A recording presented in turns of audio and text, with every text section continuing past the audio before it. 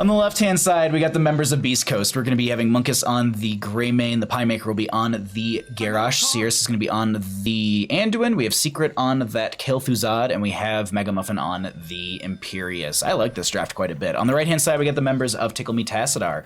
Going to be having Serenian, I think it is going to be on the Rexar. We have Thinkton on the Gul'dan. Bashing is going to be on the Whitemane. Garland is on the Hanzo, and we have Broomboy going to be on your Joanna. Let's go ahead and get into bottom lane and check out what our first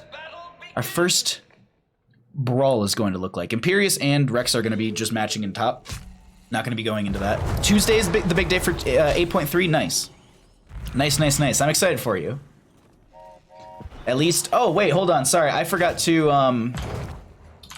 update, thank God it's a replay. I forgot to update this. Let me also update our stream title really quickly.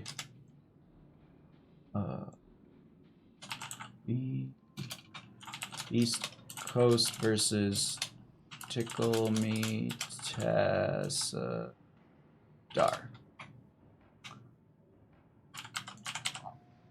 Okay, there we go. Sorry, I just at least wanted to have that updated so we have that proper. All right, now we're all good. We're all good. Sorry about that. Cool. We're here. We're in game. Everything is perfect.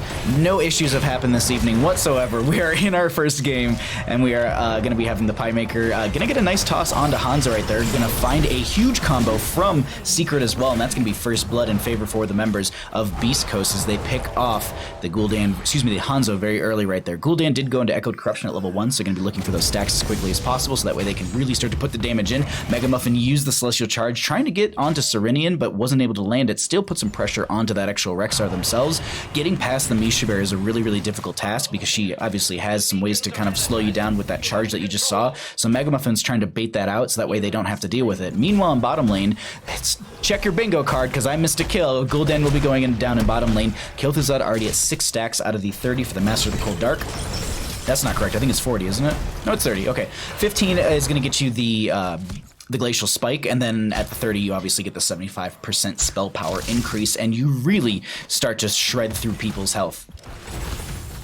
What patch is it? WoW patch? Yeah, I assumed it was WoW patch, also because you said raid as well, and I haven't heard anything about Destiny, because I have some friends who are doing Destiny raids, but I was just assuming it was World of Warcraft.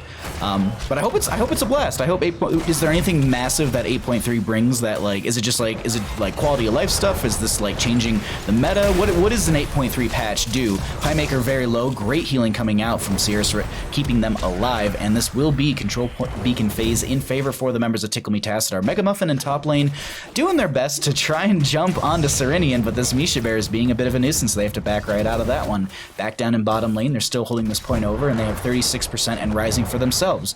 Or talent here has been picked up by the members of Beast Coast as Tickle Me Tassadar is still holding this over. Kel'Thuzad looking for more chain stacks as they only need 5 more before the Glacial Spike, so they're not needing to constantly chain into other people. They can chain into the Glacial Spike, pull 1, and then look for that blow up. I mean, obviously chaining into 2 heroes, that will get you a lot more stacks quicker, but once you're done with them, it doesn't really matter. You're just looking for that single target blow up so that way you can be more of a threat consistently. Let's look at the top lane right now. This is just going to be Megamuffin holding this over as they've managed to channel the point. Serenian not going to be stepping up onto them, but this is going to be Misha Bear. Yeah, they get the healing. They'll be fine for now. Jumping back into bottom lane, they have recovered this. Broomboy going to be stepping on that point. Garland did go into the target practice at level 1, so they're going to be trying to hit every single hero 3 times. If you hit every single hero once, you get the 30% range increase. Now, I don't think they've hit Imperius because obviously they haven't been down in bottom lane the entire time. Greymane is also going to grab the camp on the left-hand side, so it's going to add some push pressure. Also, that camp does have armor reduction when it hits heroes or structures, so that camp, in a teamfight sense, in this bottom lane, will be really, really beneficial. So I like that kind of side rotation, or just kind of that split from the Greymane really quickly to grab that camp. Also, this adds pressure down there, so they're going to have to be away from the point. Looks like the Piemaker is going to step up. We'll be able to get the channel on this, and once again, they have Zerg in their favor. Toss goes out from Garrosh, onto the Joanna. And they're not going to be able to find a kill on top of that. but we are going to be having our siege giants, or not our siege giants, our siege camp pushing in, and it will be cleared out just as it gets to the tower. Tassadar looking for another stack on that Master of the Cold Dark. Jumping in top lane, Mega Muffin's going to be diving onto Serenian, who's working their way towards the gate. They realize that they can't step up too much, plus the Misha is going to be a bit of a nuisance onto them again, so they jump over to the point so they can deny any more charge. This has been really, really back and forth so far between the members of Beast Coast and Tickle Me Tassadar. They have actually almost even charge, as is 2% difference between them. Highmaker low is going to be looking to step up.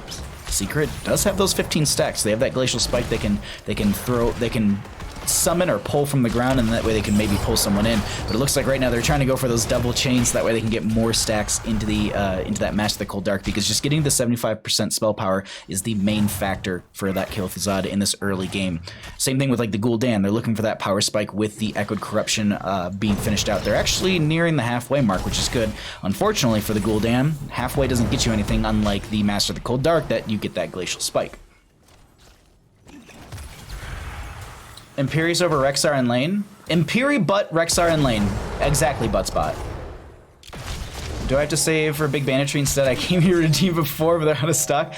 So, I mean, no one's redeemed one today, Jazzy, so if you wanted to do one of the small ones, you absolutely can, or you can just save up for that Big Banditry. I thought this was going to be Division D East. It was until the players decided to forfeit. How you doing, Special Kid Miles? Monkus is able to get behind that gate with some 30 health. Bit of a sweaty moment right there. I feel like Broom Boy should be playing the Witch white main, aren't they? Oh, are you're talking about the actual? I see what you did right there, Radically Dreaming. I see what you did right there. That was clever. I like that. I like that. It took me a second. I was just like, no, they're on the oh, because Broom, Witch. Clever, clever. I liked it. Up in our top lane, Megamuffin is going to be trying to push in with the Zerg wave. The same thing in the bottom lane is going to be the opposing side trying to step up into this gate. Tassadar trying to find more stacks. Isn't going to be able to make any happen right there.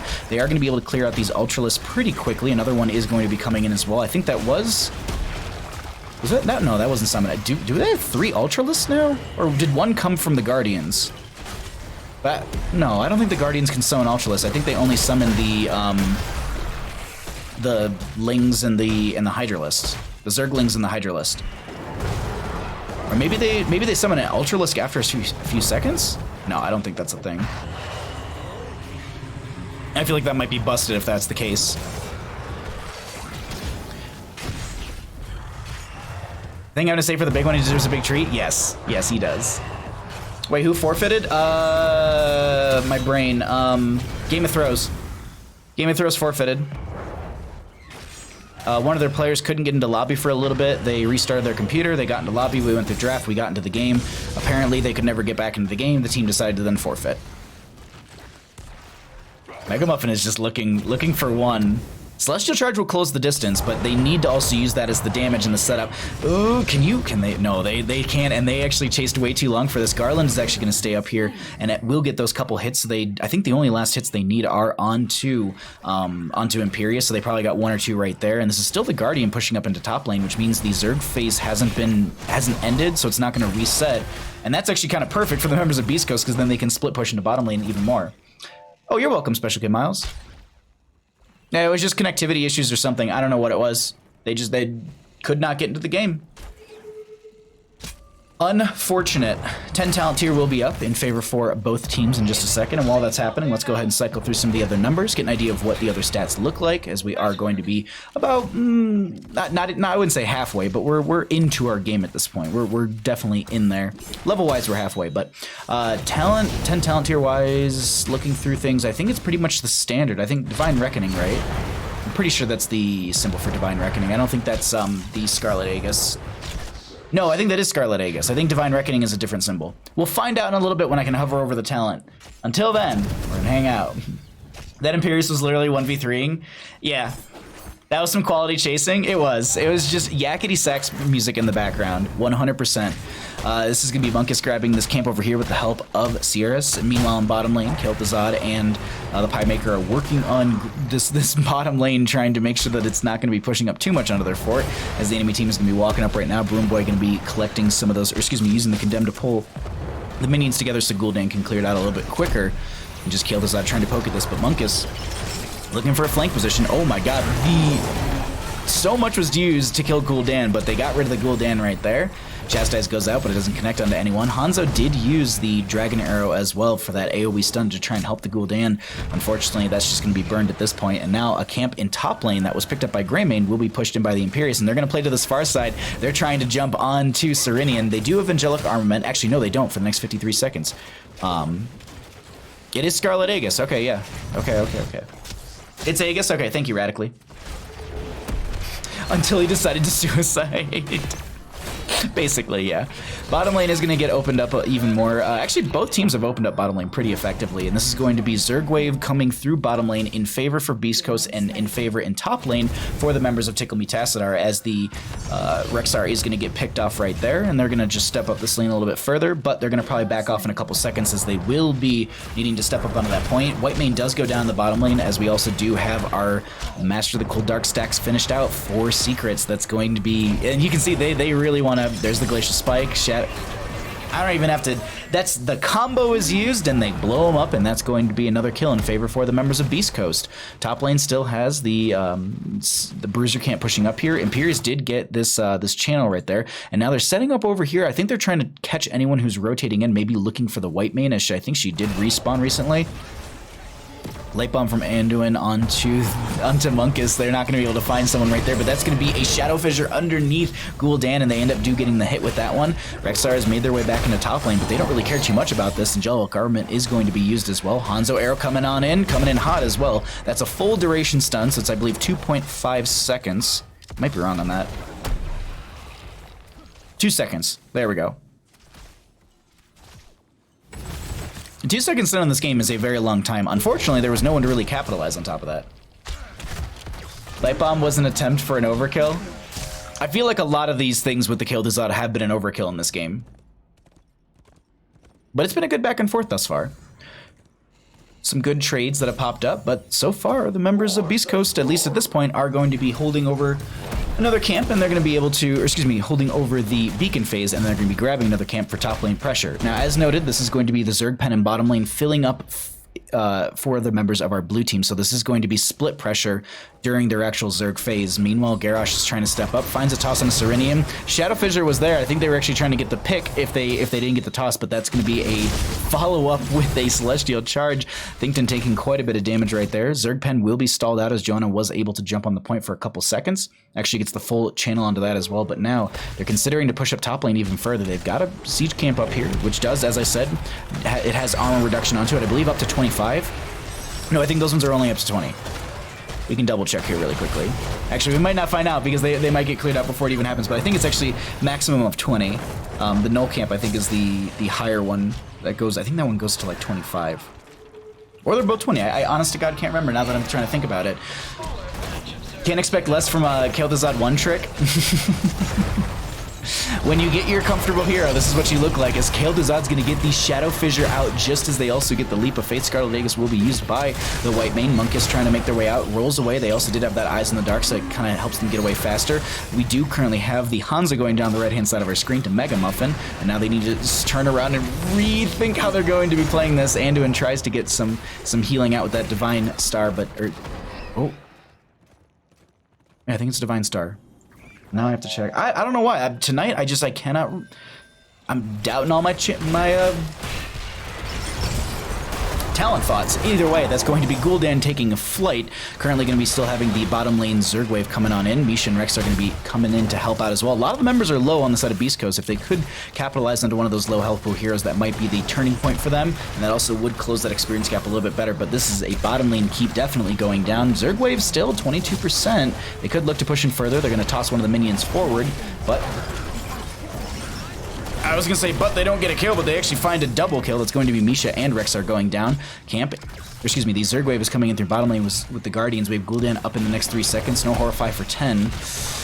Core's starting to fall, and Pierce is rotating in over here. There's no way they try and end this at 13 minutes. They're getting poked at here, and yeah, they need to back out. And Pierce was coming in. They were thinking about it, but no. They just have to kind of wait this one out a little bit longer and try again, maybe during the next Zerg phase, or maybe if they grab Boss and they push through top lane. Boss on this map has been always wonky for me. From the way that I always understood it was it goes into the most well-defended lane, much like Battlefield of Eternity, but I've seen it kind of jump into different lanes, into weaker lanes. So I don't know if it actually, because I think the Wikipedia talks about it having, it prioritizes the lane that's like least pushed out, so it has a further distance to travel or something like that. But I don't know. I'm never 100% sure on this boss. This one's the outlier for me. I asked Kyle one time and he didn't respond, but it was also right before BlizzCon, so makes sense if he didn't respond to me. They're looking for those 16 talent tiers on the right-hand side as Tassadar and friends are going to grab some more camps. Bottom lane pressure coming in with the siege camp down there. They're considering their own, but oh, maybe they're setting up to potentially get a gank onto someone who's going for this. Or no, they're waiting a couple seconds just to see, well, are they coming in? Imperius is going to get scattered out with the Sonic Arrow, playing to the far side of that, but they know that they're there. They're also going to kite this downward over here, which is a smart move. Imperius jumps on the point with a sliver left, the rest of the friendly team rotating in. That's going to be the light bomb going out onto Imperius as well. Hanzo with an arrow just to back him off. They end up stealing away the camp. Currently have the Pie Maker getting a little bit low, but they're going to get some healing from Anduin. The laughing beam, as we discovered last night. Oh. The hole in the ground is, yeah, you can't pull Hanzo over that one, so it's gonna block him from getting pulled over completely. But that was a wild moment. I was like, wait, Hanzo, where are you gonna go? I was wondering if it's gonna push him to the far side of it or something. Bottom lane keep is down, but they also have camp and constant catapult pressure that's coming in, so Gul'dan will be making work of that. Well, they have this camp in top lane and a catapult as well, or excuse me, double camp in top lane, and Gul'dan was in sight in bottom. They're going to try and make a play for this top lane keep. That way they have double catapult pressure coming in. That's going to be Tassadar finding a chain onto two. They get the kill onto Rexar and Misha. Thinkton gonna get, oh, they don't have the chains onto anyone else. They also did, as I noted, they had the Master Call Dark finished out earlier. Thinkton trying to rotate towards bottom, but unfortunately there's no keep to really go to, as Mega Muffin was, I believe, minimized for a couple seconds. They were shrunk down. I swore I saw their model a little bit smaller, but I might be wrong on that. That's going to be Scarlet Aegis coming out. Light Bomb onto Monkus, will be able to find themselves a kill onto the white main. Broom Boy trying to just go towards the gate, as those do have towers, and they will shoot you and hurt you quite a bit, but we are going to be having the camp pushing up onto core, and it looks like the members of Beast Coast are going to take game number 1 in our first best of 3 of the evening. GG. Well played.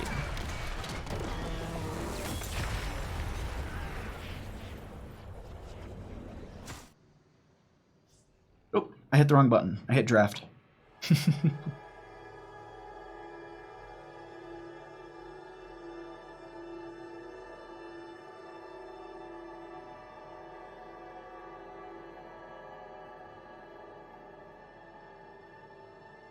It was a very, very interesting game number 1.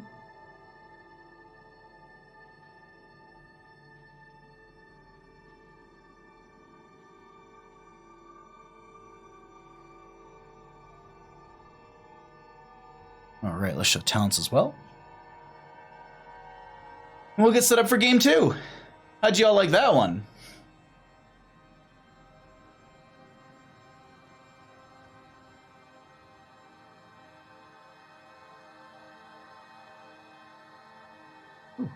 All right.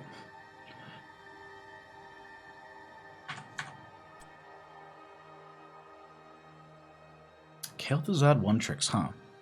I mean, they definitely did a lot of work right there. I'm not gonna lie. That was a very, very good game.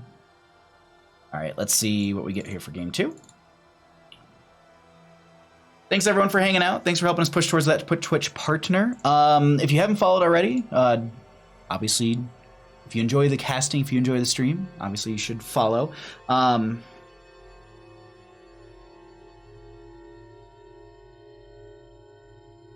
Okay, sorry, I was just getting pinged by the team that had to forfeit. No big deal. All right. Game 2 will be twice as fun. I agree. I already see what's happening here. Zell. Or not Zell, Mega Muffin. It's Lexi, how's it going, friend? Thanks for coming by. Have a good cast tonight. Poor Tickle Me Tassadar, they got run over. You know, he was tickling. He was being a Tassadar. Mega Muffin, thank you for the follow, friend. Glad you're enjoying the stream. We're all here. We all have favorite heroes. That's true, Secret. That is very true, Secret. It showed that I think we got to see your favorite hero in that last game.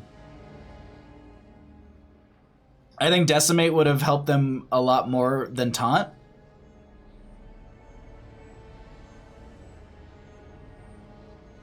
Yeah, it could have. I've been seeing a lot more Decimate lately, that's for sure. People are trying to play it. People are trying to make it work. Ooh. Sorry, this is important. Alright, we got bit badges. Hell yeah, we got bit badges, everybody. Those will go up tomorrow. I'll upload them tomorrow. Yo, Ektar, what's going on? Thanks for the lurk, bud. You're a true beast on Kel'Thuzad? Yeah, for sure. Yeah, Secret, you are a wildly good Kel'Thuzad player. And now you get to see my favorite hero smile? Yeah, that Kel'Thuzad was really, really good. I love a good Kel'Thuzad game. I'm glad we ended up grabbing this one. All right, let's go ahead and get into game number 2. I'm sure you're all itching for this one because I see what's happening here, and I'm look at this in all of its glory, everybody. On the left-hand side, we got the members of Beast Coast. We've got Meg Ochre. I think it's Meg Ochre on the Cho'Gall. Sirius is going to be on the Ana. Monkist will be on the Greymane, and Secret will be on the Leoric. On the right-hand side, we got the members of Tickle Me Tassadar. Serenian is going to be on the Deathwing. We are going to be having Thinkton on the Li Ming. Broomboy going to be on the Joanna. Garland going to be on the Tychus. And God, the way that Tychus sits on a horse is just comical always. If only he had a cigar. And then we also are going to be having Bastion going to be on the Karazim. Let's go ahead and see what we get for our level 1s. And let's see what our first team fight looks like in this mid lane. Actually, Deathwing not going to be joining in just yet. Sleep Dart does connect onto the Joannas. No, early, like an Ana here with a Cho'Gall. I think that's a good moment for them because they have the Biotic Grenade and Cho'Gall does have self-healing, so you are going to be able to amplify that self-healing. The one thing they need to watch out for is Tychus. Look at how much health has already been shredded off of that Cho'Gall right there from Garland. We'll have to keep an eye on that as the game progresses. You can already see on the minimap that our first objective phase will be top left, top right, and then in the mid position, this is the one bell tower that is randomized in a sense. It's either bottom or it's either in this mid position. Actually, I might be wrong on that. Maybe is it a... No, I feel like I've seen it down here as well. Regardless, it's just going to be rotations between mid and bottom for our core 4. In top lane, it's going to be Leoric versus Deathwing. And I'll be honest, Leoric versus Deathwing is a good time for Leoric. This is a very, very good time because you throw, like, let's just watch their health bar. That's all from Drain Hope. Drain Hope, one tick of Drain Hope or one cast of it got one entire bar down onto Deathwing. That's huge. Like, that's a whole, like, you're basically taking a quarter of his health away.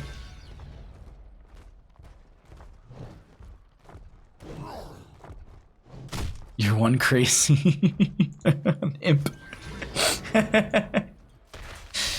It was aggression, but I liked it. It was really, really good aggression that I enjoyed watching quite a bit in that game number 1, but now Garland coming down here trying to get the shred onto our Cho'Gall as Bashing is going to be punching in as well. They don't have that 4 talent just yet, so we're not going to be seeing, I believe it's not in the rhythm. The bigger they are at level 4 is typically what we see, I think, when you go up against things like a Cho'Gall, because you want to try and just shred through that health pool, as it's going to be 3,200 right there onto them. Stepping up continually in bottom lane, making sure that they're also going to be clearing out the Sapper Camp that's going to be coming in as well. Monk is very low, Bashing looking for the dive, but Sears does have some good healing out as well. Thinkton trying to get a couple shots in from the side, but they're not able to land them, and the Sapper Camp does manage to make it in, and do they? No, they're going to save their tower for now. This is going to be a rotation into mid, but Leoric is going to have the Wraith Walk right out of there, so they don't have to worry about that too much. As noted before, the bigger they are, right there, is going to be picked up by our Tychus. As I also, God, I am such a good caster. I totally updated the scores in between games. Absolutely.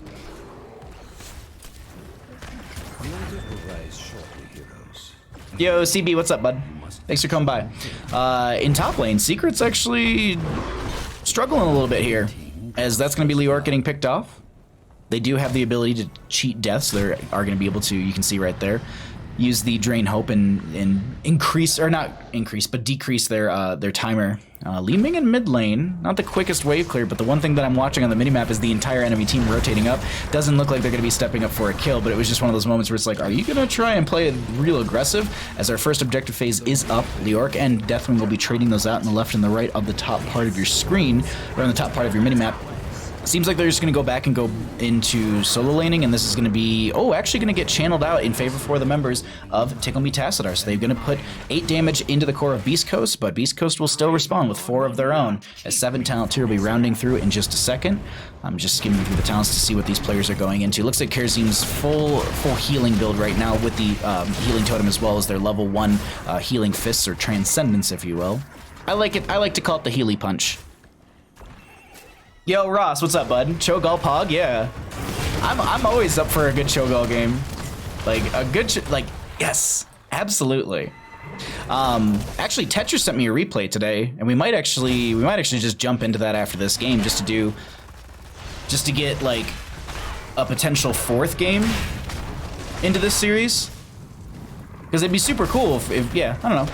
He sent me a message earlier. He's like, hey, do you want some of my, like, wild Gazlo games? I'm like, sure, absolutely. So right now, unfortunately, for anyone that might be coming in, our first matchup did have to forfeit, but we're still grabbing games. We're still casting something because you're all here, and I'm honest to God, I look forward to this every day, and I always get excited about casting and talking about Here's the Storm. So we're just gonna keep trucking, and we're gonna keep casting, as this is gonna be Serenity and Secret still battling it out in this mid lane. This Drain Hope is just getting a whole lot of value. What is the where do they go? They went into Drain Momentum. Okay. I want to jump in this bottom lane really quickly, as it's going to be Sapper Camp versus Sapper Camp. We do have 7s up on both sides, and actually we can pull away the towns for a second and go ahead and look at some of the other numbers, get an idea of what those have looked like as we get into our second bell tower phase. Going to be a single altar in the bottom portion of our map. Leoric is going to be rotating down, going to grab one more wave, or, well, we'll see. They might just 4v4 this. In a sense, it's actually 3v4, but, you know, Cho'Gall is 2 and 1. Nice sleep dart coming out. They actually get they wake them up with the bomb explosion, but still getting the damage that's big right there, as Mega's taking quite a bit of damage. They still find the Tychus kill. Bashing was, I think, going for the channel, but now they turn this around. Deathwing is dropping meteors. They did take Skyfall level 7. That's why you're seeing those meteors dropping down. They can consider landing on top of the Cho'Gall, but they might put themselves in a bit of a rough spot.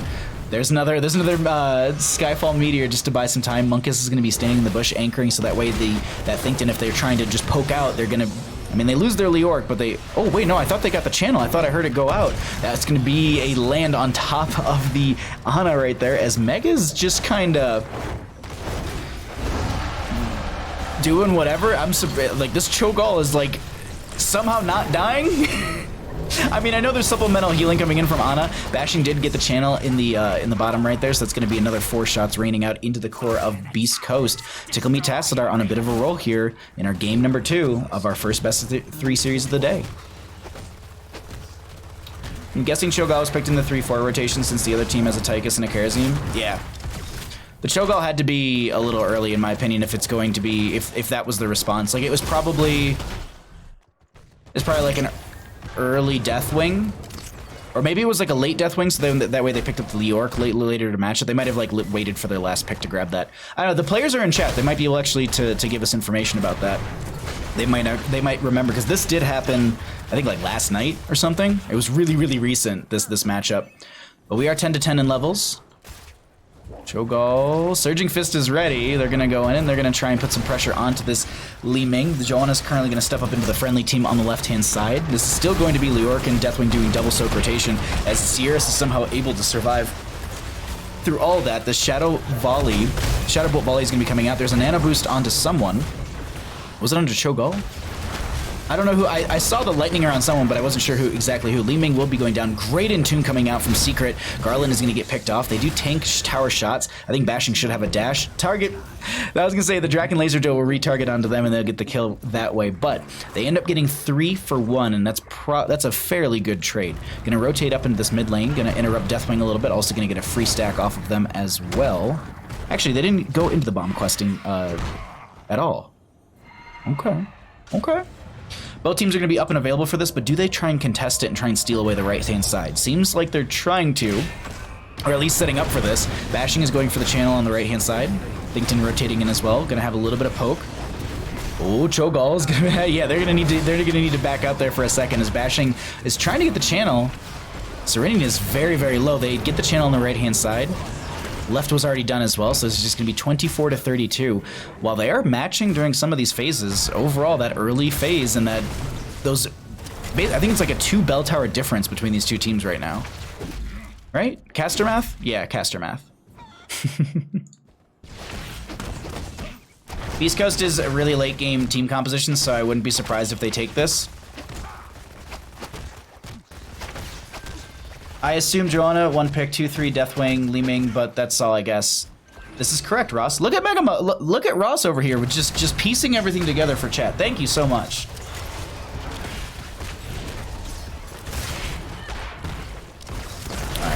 Greymane dives in right now. Sorry, I was getting a sip of my tea. Shadow Ball Volley coming out as well. 7-sided strike coming out from the Karazim. Isn't going to hit anyone really, but I think it actually hit Monkus. There's going to be the nano boost onto that Cho'Gall, trying to just put out extra damage. Ooh, they surging fist forward, considering to step up onto Broom Boy, but the tower shots were a little too scary, as Thinkton is going to be trying to blink away as well. Sapper Camp going to be coming on through. Does get the dive right there, and it's going to open up this front gate a little bit further. Bashing is being chased currently by our Cho'Gall, and they end up going down to the damage over time. Going to throw out another Runic Bomb, and well, they're going to start stepping up onto this bottom lane fort and try and take this down so that way they can get the extra shot. No, they're just going to open up lane and back off.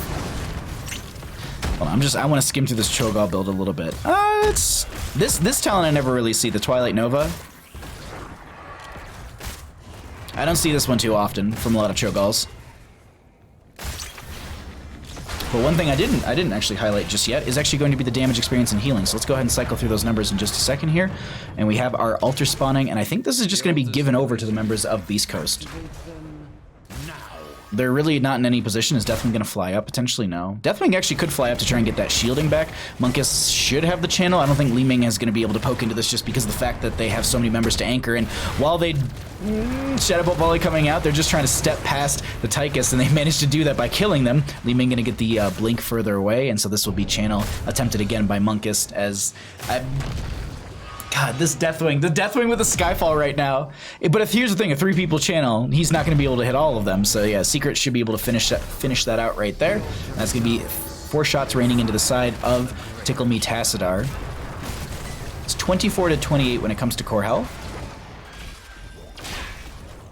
I'm just going to turn around and try and get some damage onto Bashing. No 7-sided strike, but I think the Twilight Hammer was used right there in case they were about to, like, last second use the 7-sided strike onto them so they don't have to deal with that damage. They realize the friendly team's there anchoring, so they're going to go ahead and just keep pushing back this minion wave. Needs to back off for a couple seconds. They don't want to be too far forward without their healers, so going to clear out the wave, and then they can push in further, as that's going to be Shadow... not the Shadow Charge, but the Surging Fist to get them...